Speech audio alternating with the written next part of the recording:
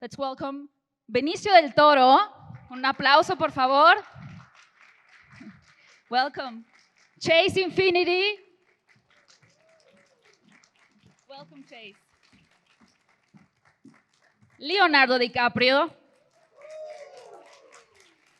Y el extraordinario director y la mente detrás de esta increíble película, el director Paul Thomas Anderson. Welcome. Welcome, guys. I'm going to switch to English now. You can sit down.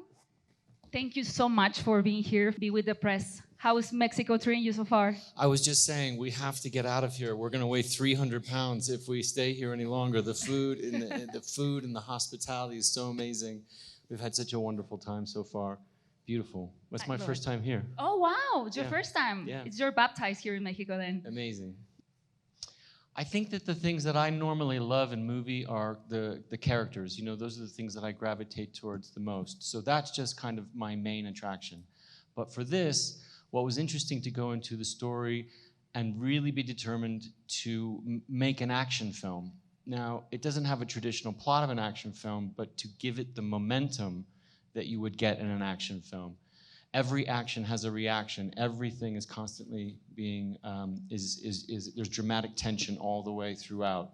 Everything leads to another thing, leads to another. You know, and that contributes, I hope, to that roller coaster feeling. And I think the way that maybe the reason why the film seemed to be connecting is that you can never get away from the thing you really love, which is the characters, and that's the thing that I really love. So for us, it was really hard to put these characters that we love in tremendous situations and see how they react. Well, first off, Paul Thomas Anderson calls you for a project. You, like Benicio said, you say yes first, then you read the script.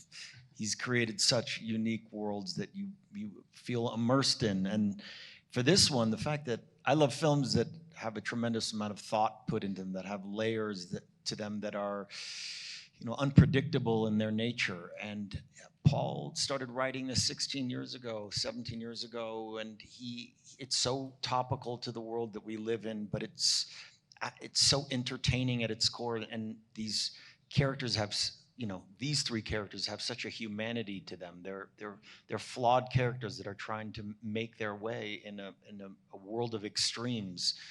I just love that he tackled this issue. And again, it's not an issue that he's tackling, but he's ultimately holding a mirror up to society right now in the world that we live in, and we get to see it through these eyes of these people that are trying to come together and find a form, trying to find a humanity in helping each other out. Very human, real characters that everyone can relate to when they see the film.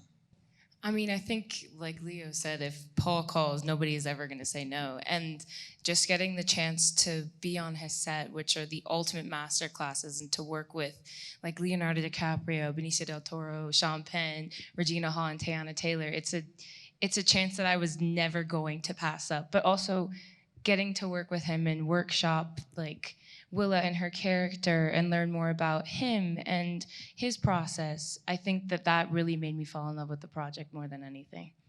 All right, that's right. And Benicio? Las tres letras. PTA.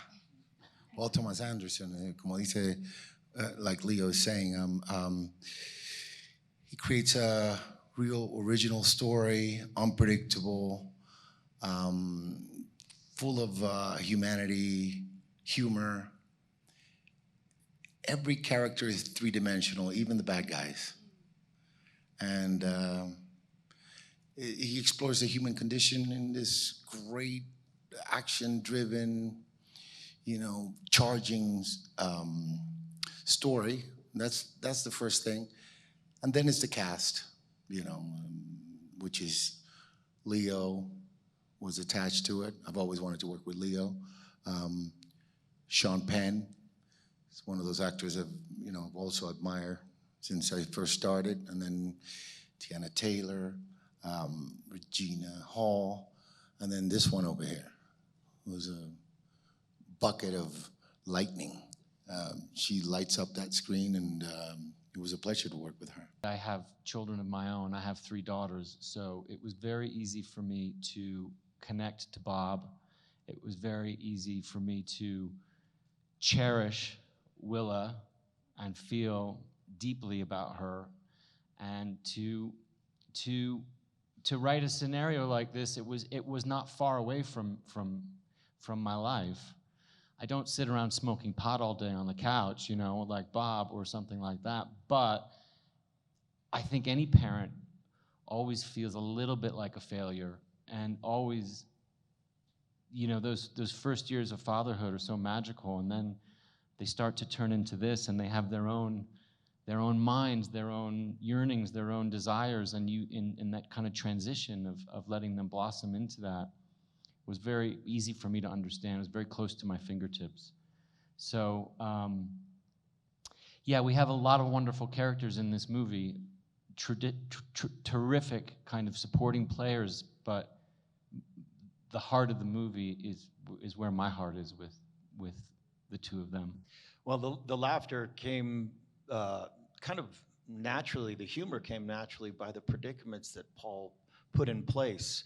You have these traditional tropes for a character that you have expectations for, that a man coming from the world of espionage, being a revolutionary, is going to have all the right answers. How to be a father, how to get his daughter back. But he sets it up in such a real life circumstance where he's having an argument with his daughter when you first meet them 16 years later. He's trying to connect with the new generation, trying to be a good father, but they're not relating.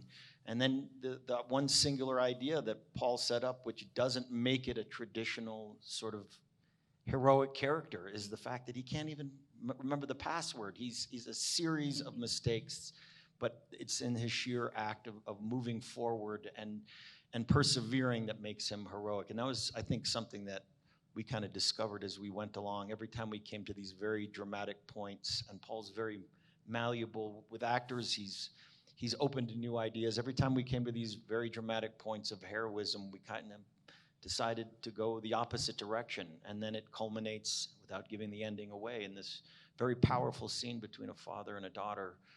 And his heroism is his sheer act of being there and being present. I feel like there was so much that I learned from everybody. Like I said earlier, Paul's sets are the ultimate masterclass, and he just gives you so much freedom to play and just experiment with everybody else. But getting to work opposite Leonardo DiCaprio and Benicio del Toro, and then everyone who's not here, like Sean and Regina and Tayana, they all gave so many incredible performances, but showed so much compassion to everybody on set and really trusted each other. And Leo especially, and Paul, like, showed so much gentle leadership. And I think that all of those things that they taught me are very special to me, and I'm very grateful for all of them.